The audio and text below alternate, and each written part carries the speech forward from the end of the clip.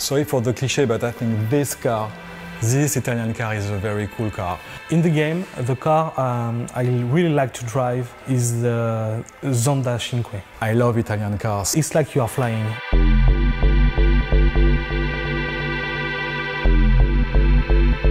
One of the decisions we had to take when we started Test Drive Limited 2, it was do we keep the old racing engine or do we develop a new one? And because we have been a little bit frustrated by the first one and we couldn't deliver the experience we wanted, we decided to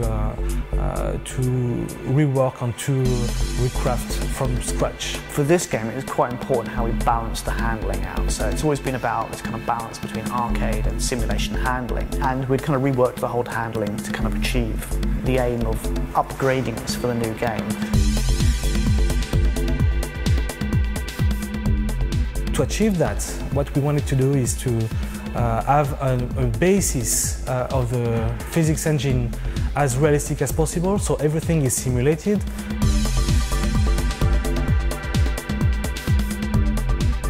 With this new handling, you can drive classical car, you can drive small power cars and very high-end cars like those ones. With this type of cars, it's the most difficult element that the player will have to deal with is to judge how much power do I transfer to the car. And this is something we add assistances for the player to be more comfortable with. Of course, when it's raining in TDU2, the roads get wet and the handling taking account this parameter. It changes the way the grip and the tires are in contact with the road. We had to simulate that as close to the reality as possible. So it's take very large variety of different cars, different handling, different kind of surface that you go on and weathers. What we have now, it's 90 plus cars.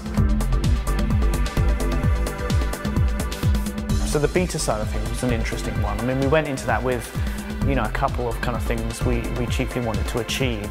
When you are developing handling, you are too close to it to judge it. Really, there's nothing like actual players with a multitude of different configurations, playing in a multitude of different ways, all at the same time, going wherever they fancy rather than where we tell them, to really know how the game will perform. We have so many fans in this game that make a really, really good work, that answer our questions, make very precise feedbacks on bugs, handling, everything that counts in the game. The other big thing for us was just trying to push up how many people were playing the game at the same time.